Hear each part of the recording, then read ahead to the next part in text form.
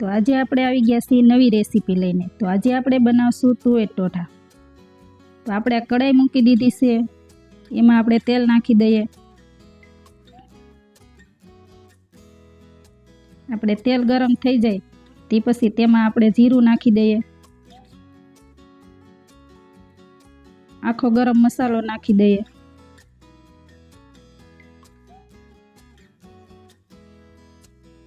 આદુ મરચાંની પેસ્ટ નાખી દઈએ। હવે તેને આપણે હલાવી લઈએ।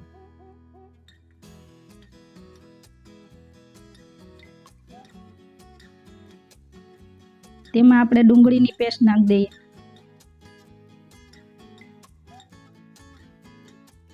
અને તેને આપણે હલાવી લઈએ।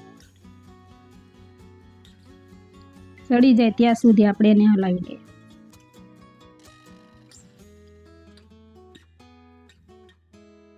હવે આપણે ટમેટાની પેસ્ટ નાખી દઈએ, તેને પણ આપણે હલાવી લઈએ।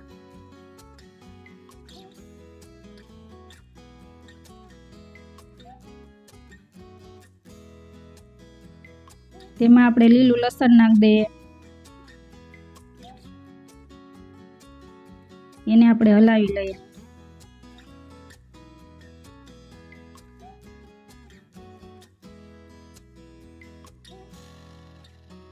હવે આપણે તુવેર નાખી દીધી બાફેલી, આપણે 2 મિનિટ માટે એને બફાવા દીધી હતી। હવે આપણે એને હલાવી લઈએ।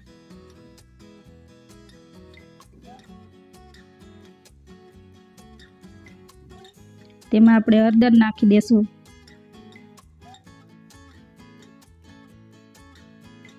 ધાણા જીરું પાવડર નાખી દઈએ,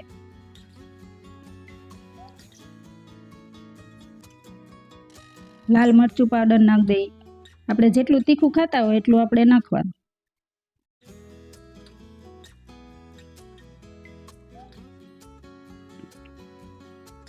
આપણે થોડી વાર હલાવી લઈએ, પછી આપણે એમાં સ્વાદ પ્રમાણે મીઠું નાખી દઈએ,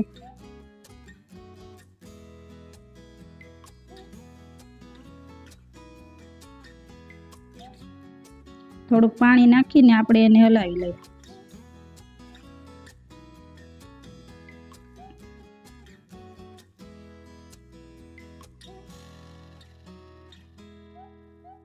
હવે આપણે લીલી ડુંગળીના પાન નાખી દઈએ। આપણે ઉપરથી નાખીએ એટલે આપણે પાન લીલા રહ્યા અને શાકનો કલર પણ સારો દેખાય। હવે આપણે થોડીક વાર હલાવી લઈએ, પછી તેમાં આપણે થોડુંક પાણી પાછું નાખીને એને સળવા માટે 5 મિનિટ માટે રહેવા દેશું। હવે આપણે એને હલાવી રહેવા દઈએ થોડીક વાર। તો આપણું શાક સળી ગયું છે। અહીંયા આપણે હવે એમાં ગરમ મસાલો નાખી દઈએ, લીંબુનો રસ નાખી દઈએ,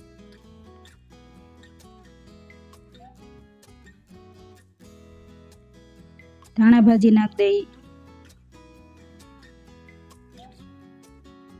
હવે આપણે એને હલાવી લઈએ। તો તૈયાર છે આપણા તુવેર ટોઠા। આપણે હવે એમાં સેવ નાખી દઈએ।